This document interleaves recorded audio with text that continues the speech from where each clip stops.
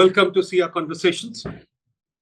As you know, SIA Conversations are meant to expand the dialogue on economic research and policy.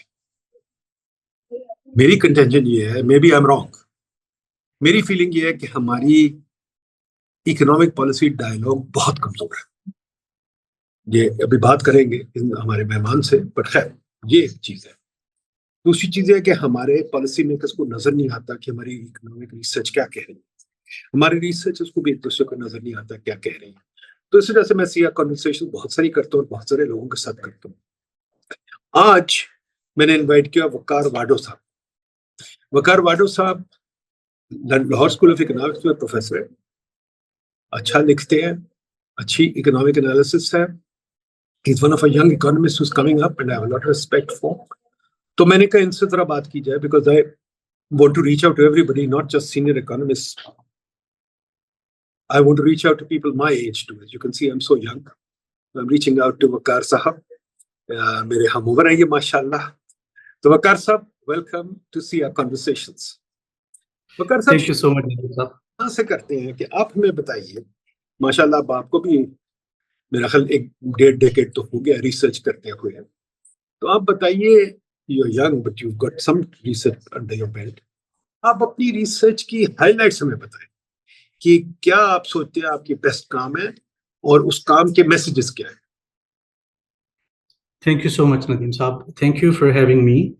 Let me just briefly tell you about the main agendas of my research. So I started as a theorist, a growth theorist. So my PhD thesis is primarily looking at institutional economics and growth, where I try to look at, the impact of rent seeking and corruption and how to model that in a growth economy. So I started with primarily as a growth theorist, but over the time, I have converted kind of into both still the growth economist as well as the empirical economist that looks at more of the, the policy side and the data side of that economics as well.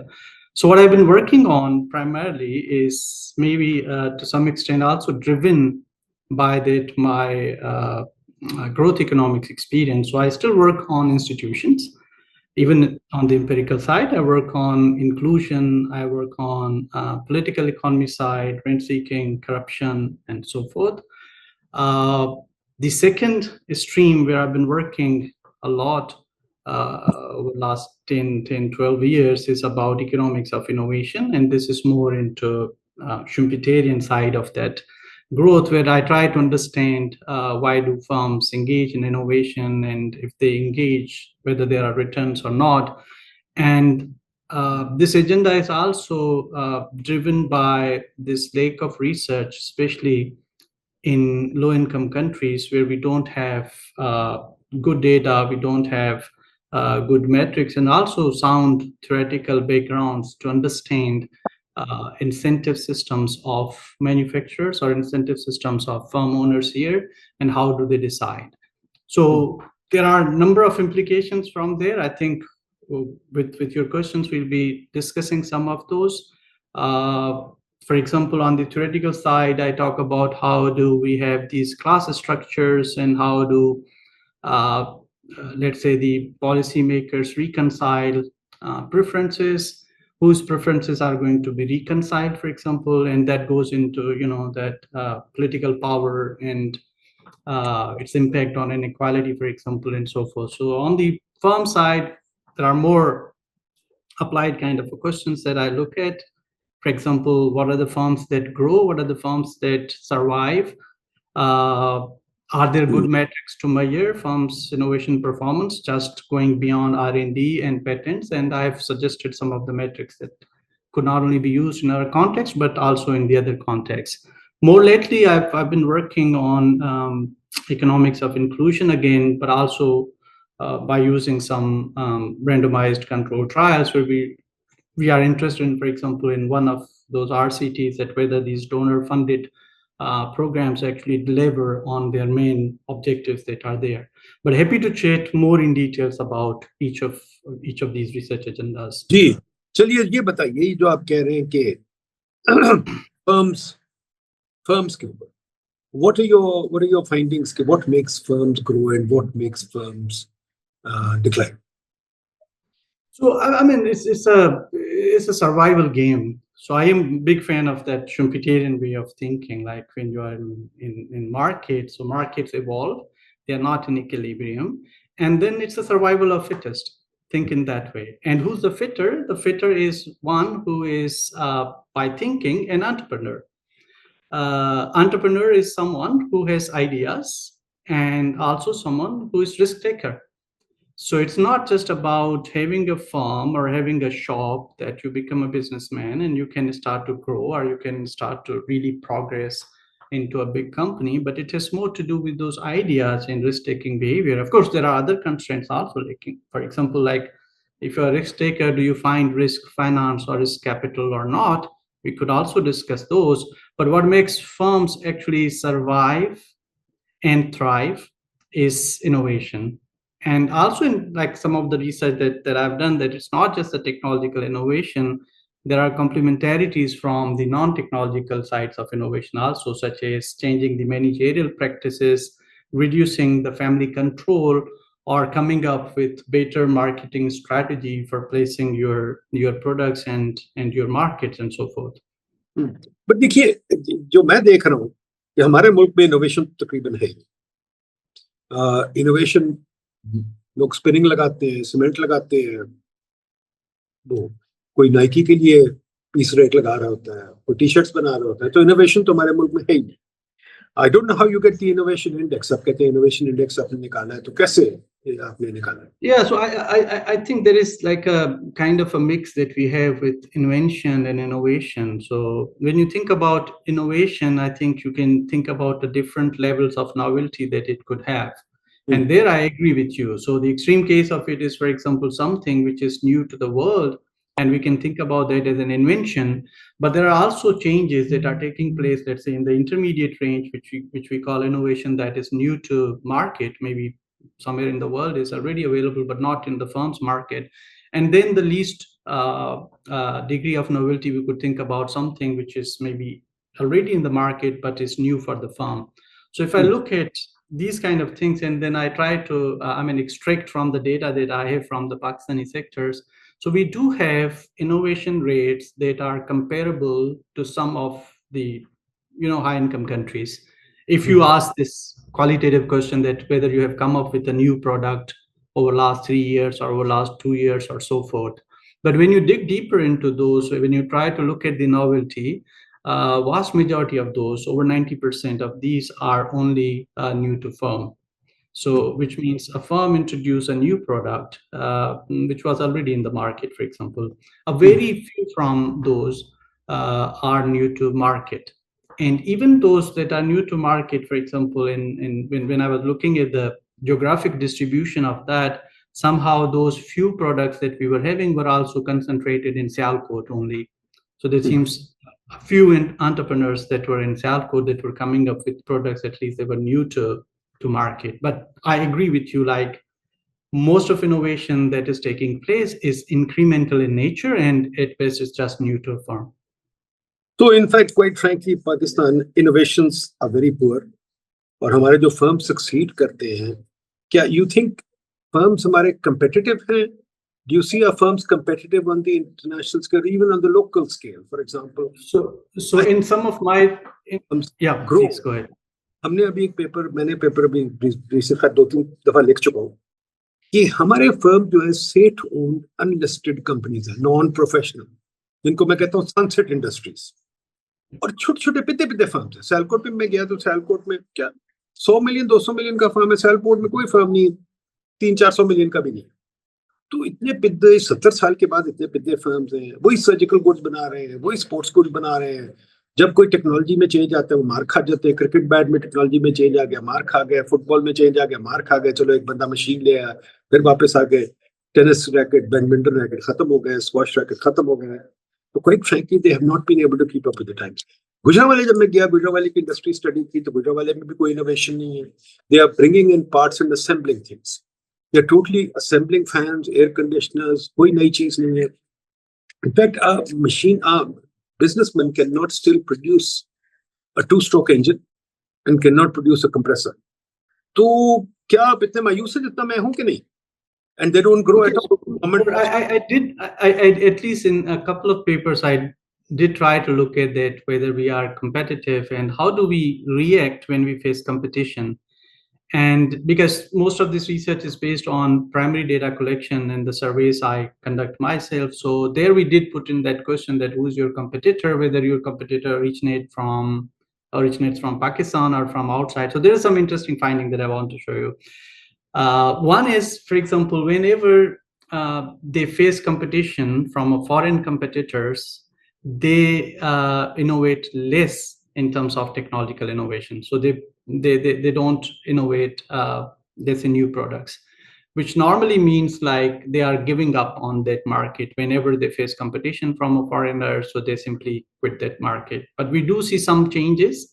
Because of that competition, there are firms that change their managerial practices that we see that might translate maybe at least to sustain their market that they are having. So this is one thing.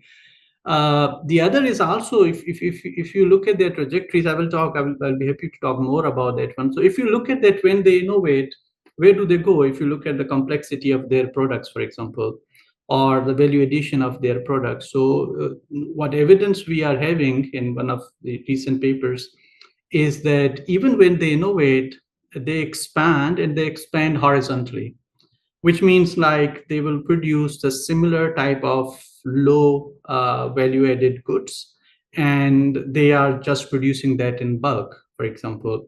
So we don't find evidence that even when they are innovative, they actually go up the ladder of this technology, that you could call it. In fact, we even find that the firms, when they get access to international market, normally we are thinking international market, especially European or US markets, these are more rewarding, high value markets. But even when they get access to these markets, they do expand, they do innovate, which is again new to firm only. But these are really, really horizontal expansions. We don't see complexity of their products improving. This really worries me, as you are saying that you cannot sustain a competitive advantage by producing less complex, low value added products again and again. So that's very good that we have established through research, through your research, that we have highly uncompetitive market, and we have very little innovation. And people are basically thinking if they're making yarn, so let's buy loans, but nothing more. They're not thinking products. They're thinking only of doing the next best thing, not really thinking products. Not that box. So can you tell me why is that? Is that because the private sector doesn't have the vision, or is that because the government obstructs them in some way? Have you got some handle on that? Yeah, I think that brings it closer to my other field for other interests that I have actually. So I do believe that even these producers, they do react to incentive systems that are there. So one thing that I think also is quite prevalent, that there is easy money available.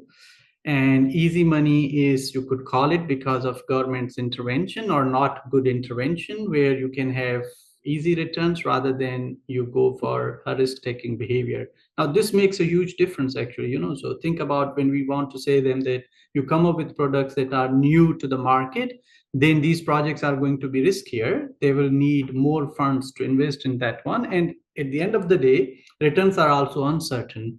So I think because of government's regulations, certain regulations, I could talk about maybe subsidies. I do have some findings on that. Their incentive system is such that they are happy with that size of the pie. What they try to do is that how could I extract more out of the same pie rather than increasing the size of the pie. Achha, ठीक है. So now the issue is that, so this is still not settled. Is it their behavior that's at fault, or is it the government that's at fault? You see, my point is, Waqar, I often talk to researchers and ask them, hey, give me clarity. I need granularity. General level research, we know that competition is important, survival of the fittest is important, but we need granularity in research. So My research, for example, shows, as I told you, as you probably know, we looked at sludge. And the regulation is destroying the market. We've also established, in my research at least, that Pakistan has no markets. So I said the footprint of the government is about 80% of GDP, and the government controls every market. The government does not want to let any market go. So because of that, rent seeking is at a premium, and the market doesn't work, and people come to the government for an SRO to grow. Would you agree with that, or would you disagree with that? Is there anything different that you would say? So, I mean, when you say granular, I do agree. Like, we do have this research which is granular, but I think where there's a problem is that, are we able to find that causal link which is there? For example, does my research tell us that it is because of the government's regulations, or it is because of the certain types of behavior of individuals, that's why they are doing? So think in this way, that even if the starting point are these regulations which are not really motivating them to be innovative, but over the time, then this persistence comes in. Over the time, this behavior comes in, that this is the way of doing business here, and that's what I'm doing. This is what my father was doing, or this is what my uncles were doing. So I think it's really difficult to, in that case, to find out what is the causal relationship there, for example.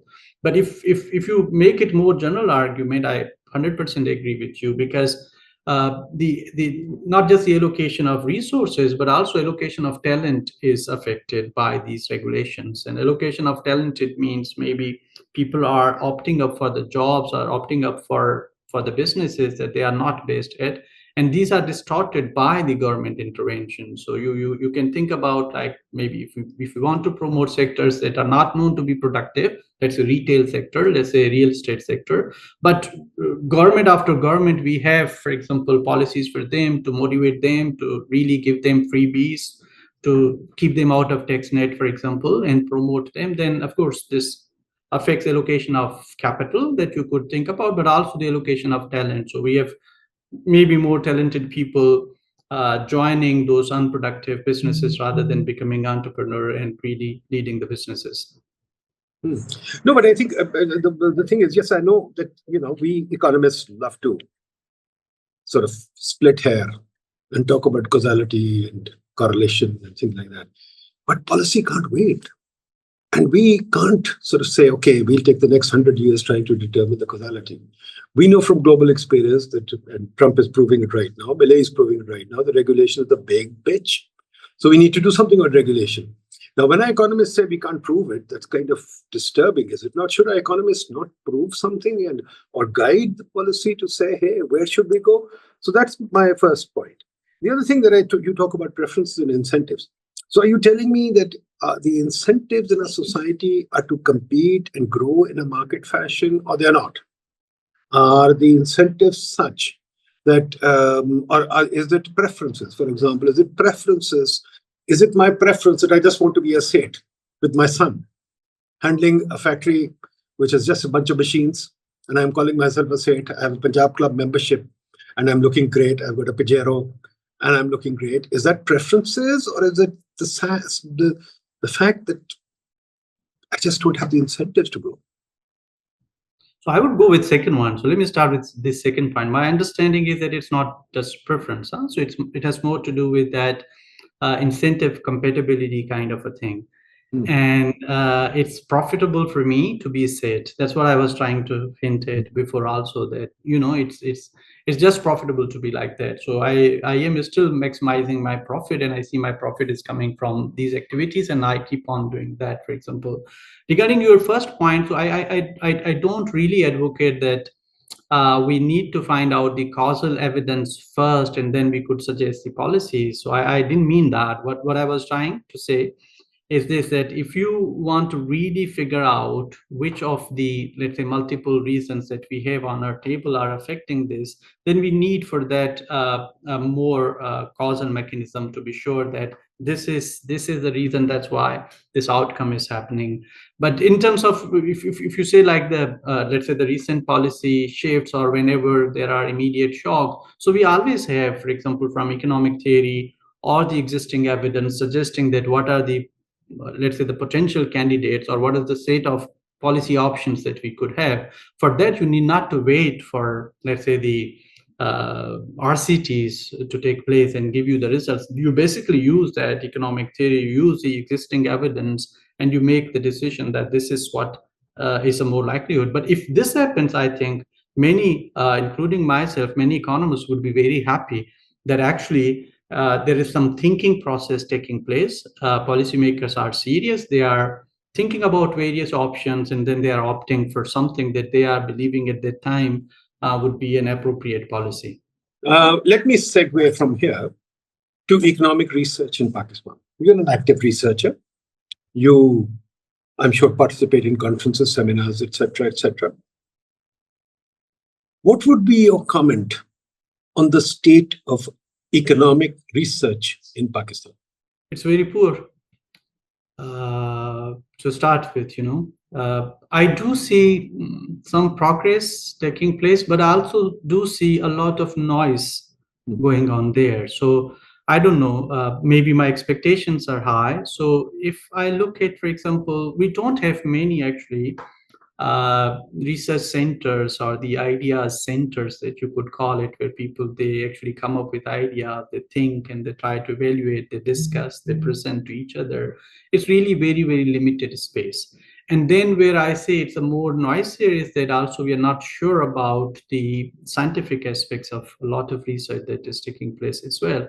So scientific aspect is that if I'm claiming, let's say, any causal thing, am I proving that is causal or not? Or I'm just putting a bunch of variables in my regression and then I'm finding something is happening and I'm just claiming that something is happening out there. Then there is another lot, which is basically, we call it a policy or advocacy kind of thing, that have better access to policymakers even. And there even you don't think about random sample, you don't think about representativeness of your findings and so forth. So if you ask me overall, I think it's very, very poor. It's not up to the mark of even maybe some countries that are with the similar income levels like us. So you said two or three things. You said A, people are kind of in silos. B, data is not great, but there's public data available. There's data from the State Bank, FPR available for macro level research, and that's perfectly fine for macro research. I don't think everything has to be micro oriented. I mean, you can't put data for years. People do work with macro data, and that's fine. And as you said, firm level data available. There's PSLM available. There's the other one, HIS available. There's labor force survey available. These things are available. But yet, the research, and especially the questions, I don't see a profession addressing questions. Do you think they are addressing questions adequately? There are problems there. This is what I'm saying. I mean, I don't agree 100% also that we have a decent availability of data sets. Most of these data sets are not regular. I can tell you about industries, it takes years and years, and then you get a next wave. We have same problem with labor force survey, for example. For many years, it is not there. And I know a number of PhD students and MPhil students who have used these labor force surveys. So that is a genuine problem. And then also access to it, I think some of our agencies that are taking care of this data are more open than they used to be in past, but still there are really constraints. Your second question, I think, is more problematic.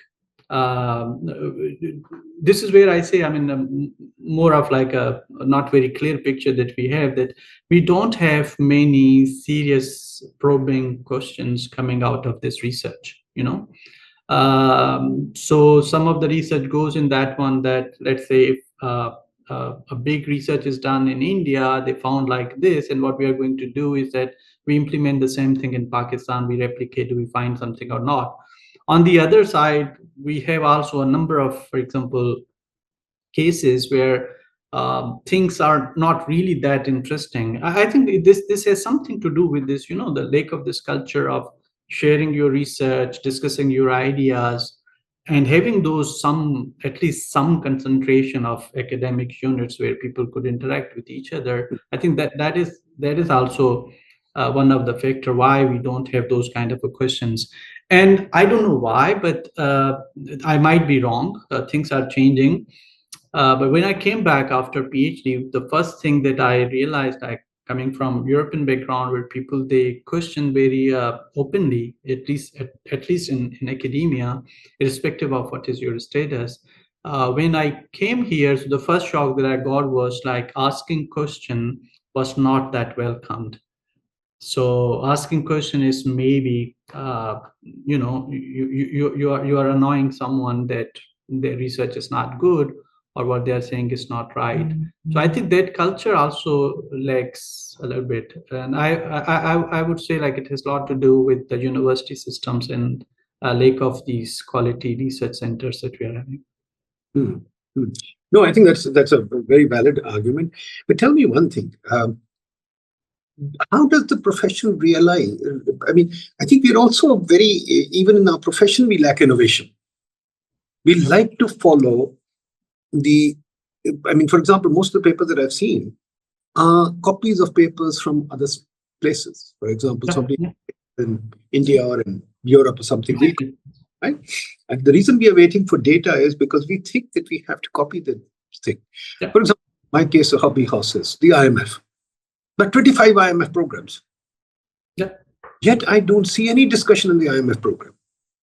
And the interesting thing that I saw recently in the last 2 or 3 days, which is very interesting, Trump came up with his tariffs. And everybody's gone mad discussing Trump's tariffs. I would argue they have nothing to do with us. Even if you got 29%, who cares? It doesn't do anything for us. We have nothing to export. We're not in the international market. Fair enough. You can even argue that India, etc., is still higher than us, so we might be better off.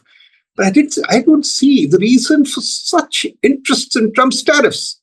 Whereas when we talk about, for example, energy crisis, we had an energy crisis for the last 30, 40 years. We've been losing money like anything. We are hemorrhaging.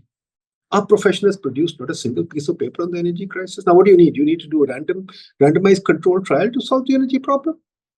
So not necessarily. Let me start with your first point. I think to some extent I agree. So it's not just a one group of researchers that are just waiting for data availability to reproduce what is done outside, but there is also a new group of economists, you could call it, that are more of implementers of someone's ideas. Let's say an American professor or a British professor want to do study in Pakistan, and they are basically the facilitators here, and they implement and they become co-authors, for example. Some of them, they do contribute intellectually. I know very bright people who are contributing, but not all, for example. So this is a second group that you could think about. There are those who are waiting, and there are others who can get good publications, but not by intellectually coming up with those questions that are really coming from their tacit knowledge or their knowledge that they have acquired over the years.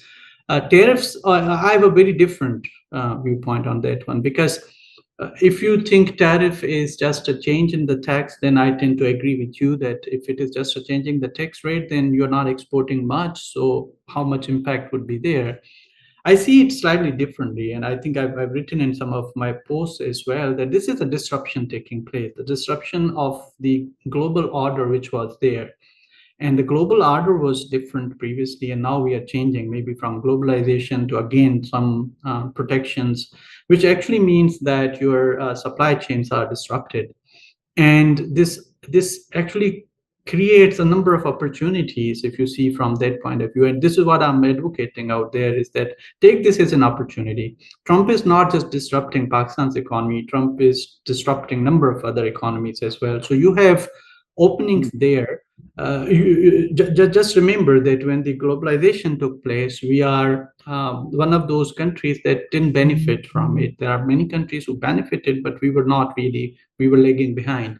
And from this disruption also, that is my fear, that by thinking that, okay, we are not affected, so let's not think through it, I won't agree to that. I think let's think about it. Let's think about what sort of policies we could come up with that we could capture this newly created space. And the nature is such that I said I really follow this Schumpeterian way of thinking. So if there is a space available in the market, someone is going to take. And I think we should think about it, and we should come up with policies such that we are able to regain, or at least get this space which is created now. Waqar, the first lesson that I learned in economics was relative pricing. And the second lesson I learned was trade-offs. Yep. Third lesson I learned was opportunity cost. The fourth lesson I learned was cost-benefit analysis. Yes. Nothing comes for free. Everything comes at a cost. Absolutely. Absolutely. Right? So I'm not saying don't think about tariffs. Please do. Absolutely, 100%. Argue it night and day. What about energy? We've lost 40 years in energy. We've lost about 10 trillion rupees in energy losses. We still are losing money on energy. Our energy prices are one of the highest in the world. And our economists have paid no attention to it. Second, I'll put you another way. One, you talk about institutions. What research have we done on institutions? Apart from everybody saying institutions are important. We have done no work on institutions. What institution? For example, I keep writing about this and no economist wants to discuss it. Civil service. It's a very big institution that has destroyed our country. It has the same civil service as Lord Macaulay. I've written a number of papers on it, but I failed to excite Pakistani economists to write about it. As I said, sludge is another one. I failed to excite Pakistani economists to think about sludge. Footprint of the government is another one. Markets is another one. Why are economists not interested in this? You tell me, again, doing an economic analysis, cost-benefit analysis. Is the payoff greater in Trump tariffs or in these areas? So, see, like, I mean, these areas are really, really important. We call them fundamentals. You're familiar with this entire literature. We say these are fundamentals. We were just talking before that they set up the constraints, the way other agents are working.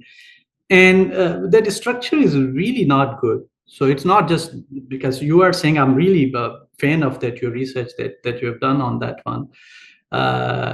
It's not just because you have done the research, but if you look at the structure of that one, the British structure that we are carrying on is really not a good structure at all, and is nowhere closer to setting up the policies that are needed for the changing world. We have missed the opportunities, as I said, and we will miss the opportunities because from this system, the policies or the laws that you are going to come up with are not going to be really conducive for production or conducive for competitiveness, for example. So I agree with you. Why economists don't work on that? Some economists like Nadeem Ul Haque, they do work on it. Others, I can again divide them into, I don't want to offend anyone, but I can divide the categories. For example, I saw one very nice paper written by really big names in economics from outside, from US, like MIT and others. And you find, like, let's say, there are different officials having procurement at different prices for the same quality or even higher price for certain lower quality, but they were unable to call it what it is, for example. So they would call it, maybe they don't have information, or it is just maybe inefficient or something, but they won't call it, okay, this is corruption, for example, or this is how the power is used and so forth. So there's a one group of economists that want to work with these bureaucrats whose permissions are needed, who are needed if you want to do any primary research in Pakistan. So I think they don't want to annoy. That might be one group of economists I could call. There's other group of economists that are willing to annoy, I think, but some of those might not have that good set of technical knowledge, you could call it, that they could do it. And then the third is, of course, this incentive system, which is also disrupted quite a bit, is that, like, most of academics, they think in a way that would you be able to get a publication out of it or not? So that is another thing that we have to think about very seriously, like not only just the publications, but then we see that whether that is going to be the good publication or not.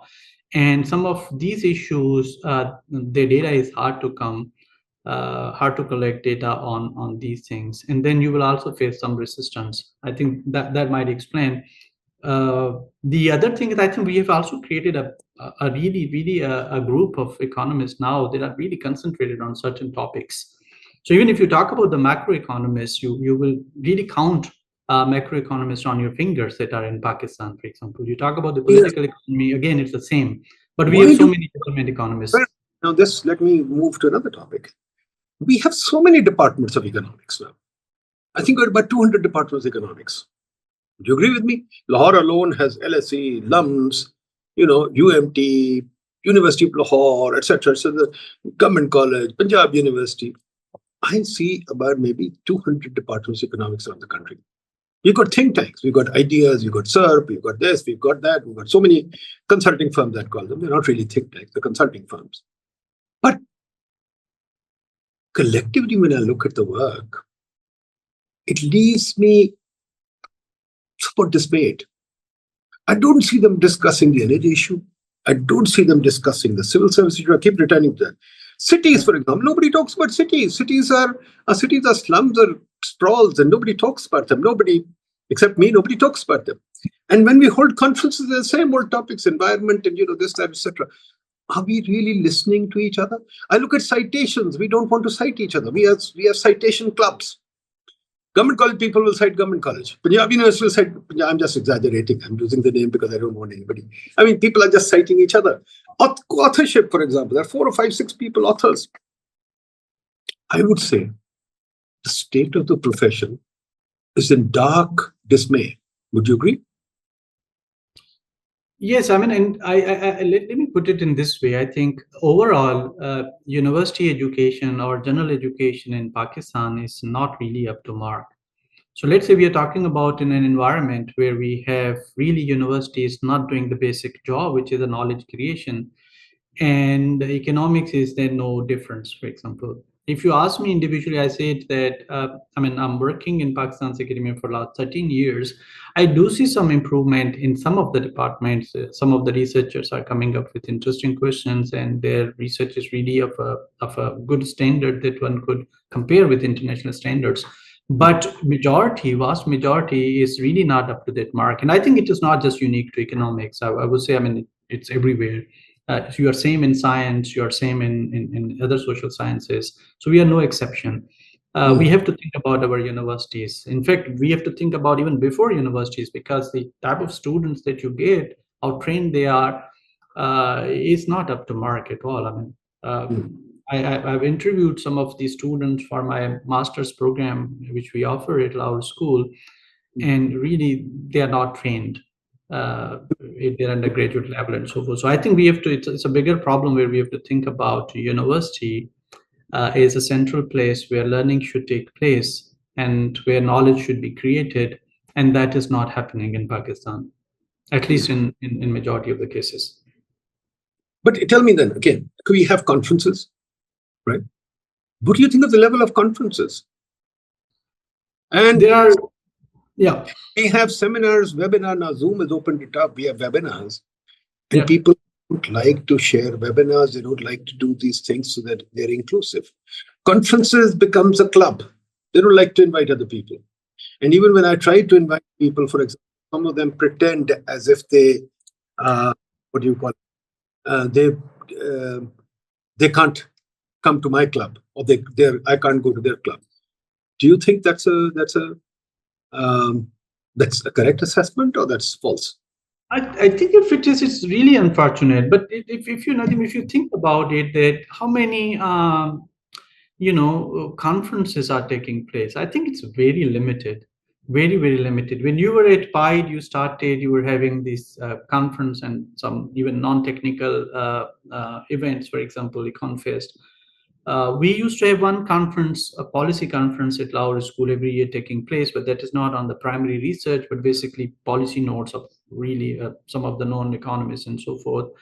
But we have, it's been 5th or 6th year at Lahore School now. We have applied economics conference, which is primarily for the young researchers working on development issues. I think LUMS has started Path Development Conference. IBA has started, and I think Habib has recently started this year. So if they take place, I think then there will be a lot more sharing. And if there are clubs, I think it's very unfortunate, because as I said, like, we're a very small group. We don't have really many economists or research active economists, for example. So I see there is no utility, and we should gain more from these limited resources that are. As an economist, I think we should optimize on that we should interact more. Okay. And we should. Let me segue to another thing, which is also very interesting and very important, I think. When I look at the US profession, for example, I studied in Chicago. And Chicago was very famous for its doctrinaire position. But it's not a doctrine, it was based on research. For example, Friedman came out with monetary policy being for inflation. Yeah, he had wrote a whole book on it. He wrote a number of things on it. Robert Lucas came up with endogenous growth and Paul Romer. And yes, they showed it. And at the same time, they came up with free trade. And there's a lot of research to show free trade. They came up with the gravity model, lots of stuff that they did. And they had a debate with MIT and with Cambridge. The two Cambridge's debate, the Chicago debate, there's lots of debates. And if you take any school in the West, it is known by the people that populate it. For example, when I went to Chicago, I didn't go to Chicago. I rejected a lot of schools to go to Chicago. I rejected about 20 schools to go to Chicago. Why? Because it had a particular rigor. I did not even subscribe to it. I was a leftist in those days when I went to Chicago because I felt, hey, I need rigor. I don't need development economics. I didn't do development economics. Nowadays, for example, in Pakistan, I don't see people of rigor. I see people with PhDs. So the question I'm coming to, for example, like if I said to you, for example, Stiglitz, you'd say asymmetric markets, right? Or information. If I said to you, Jeffrey Sachs, you'd say, debt rescheduling or the, SDGs or MDGs or something like that, right? If I said to you, Gary Becker, you'd say human capital. If I said, so everybody has, apart from the big research, Milton Friedman told me everybody must have a small label next to them. Tell me, I don't want to take any names because it's very difficult, but forget without the names, give me 2 or 3 theses that Pakistani economists have put out that we should hold up as important Pakistani theses. Or does everything come from the World Bank and the IMF? So labels come with ideas. I think in research, your label could come or your legacy could persist only if you have ideas. And I think this is what I was trying to say before, that when I look at the 2 major groups of researchers that are here, either replicating what is done somewhere or partnering with others who have ideas, and my role is to implement those ideas, then I'm not going to have any legacy. I'm not going to have any label, for example. This is true. I think this is very, very true. You won't find, if you ask me, you gave me one of the toughest questions actually to think through.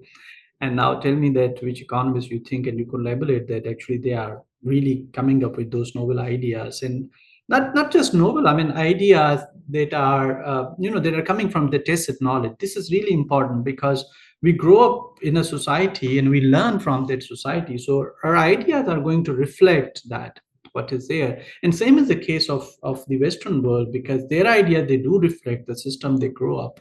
So that tested knowledge is there. And I 100% agree with you that we don't have those quality professors. There might be some exceptions. I don't want to discount everyone's contribution, but those will be really, really exceptions. I understand, like examples that you gave also are exceptions, because we're talking about thousands of maybe economists and some ideas, but at least there are some ideas that we could talk about. In Pakistan, it is not. Again, I will take back you to how the research incentive system works. And I absolutely agree with you that we think professor means PhD, or we think researcher means PhD, but not the idea. And that is something I think all universities and all thinkers have to think about, is that professor should be about ideas. Universities should be about knowledge creation and knowledge exchange. That should be the main goal. That should be the top priority. Very good. Okay, final question. Your advice to your students and young researchers. First, do economics, don't do economics. Do economics. Second, if you say do economics, why? Okay, I would say really do economics from too. It's really a logical field. I might have biases because I'm an economist, but it's very logical. And this is what is really, really fascinating about it. So you do talk about social constructs, you do talk about individual and society's problem. At the same time, you are logical as well. So that aspect really is interesting. And I would say everyone that do economics, I say do economics. In terms of market return also, market returns to economics degree are not bad. is all. I mean, it's pretty up in the distribution. We don't have, again, good numbers for Pakistan that I could have shown you, but I know in UK and other places, market returns to economics degree are really higher. And let me bring in the third. Let me bring in the third. Just last point. As we're talking that, this is pretty much empty space in Pakistan. I want these young people to be really good thinkers, and we should have a bright future with these minds. But look, I have lost money in economics in Pakistan, not outside. Here, it's been a losing proposition. And I wouldn't advise anybody to do economics. But second thing is, if you ask them to do economics, what are their career prospects? What will they do? They'll become a professor at some university and repeat the same thing? Or what? I mean, the government doesn't want economists. The government will not hire a finance secretary as an economist. The government will not even hire anybody in the planning commission as an economist. The government doesn't want economists. Donors want economists, but donors will put you in a very junior position. They will not allow you to rise to the top unless you go to Washington, right? So, is it still worth doing? I think it's not 100% right as well. Government is not the biggest employer, and I would say them don't go there actually. I would say to go for the private sector. We do have, I could say for some of the universities, their best placements are with major in economics. So I won't say like in that way. So even in our programs that I look at more closely, we do have pretty decent placements, both in international institutions, in private sector, and the PhD programs abroad. So maybe there might be biases that I'm sitting at maybe a place which is relatively well reputed, that there might be the thing there. But I would say them don't go to government. I actually say that. Simply the last question. What would you ask them to focus on in terms of learning economics? Ideas. That's the thing. I mean, try to see. I mean, I teach at the undergraduate level macroeconomics, and I start with this like how to build twice economy and try to make them understand how we can combine these ideas and logics together. And then you bring in the knowledge that you have, the knowledge from other economies, the knowledge where you are growing up, and the knowledge that you get from books, knowledge that you get from movies, everything. But focus on ideas and logical consequences of these things. Very good point. Thank you, Waqar. Thank you very much. I think you made some very good points. Sadly, we agree that our profession, our firms, our country is lacking in logic and economic thought. Sadly, we also agree that our profession is empty of quality and empty of thought and does not produce any economic ideas for policy. We also agree that sadly, no, we don't agree. The item that we don't agree on is you said people should study economics. I said shouldn't study economics. You think there's great career prospects in economics. I say no, there aren't. But the other thing that we agree on, which is very important, you say economics try and understand the logic, become an intellectual rather than a technician. I see a lot of our people just learn Python and R and they think they know economics. They don't know the economic logic, they don't understand the questions of economics, and they are trying to dilly-dally with Python and R. With the result, they can't do anything. A lot of people know regression, but they don't know the basics of economic logic. So when they run a regression, as I keep telling them, they run the light bulb on the coffee cup on growth, and they say coffee cup makes growth increase and light bulb makes growth decline, which is kind of bizarre. And then my famous Nani test.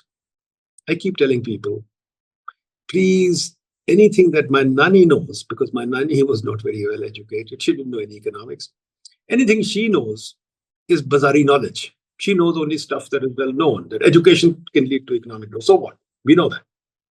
We need to get more granular, more specific, and we have to have research that passes the Nani test. So I think that's very important. So it's been a great conversation. I thank you. Inshallah. Thank you.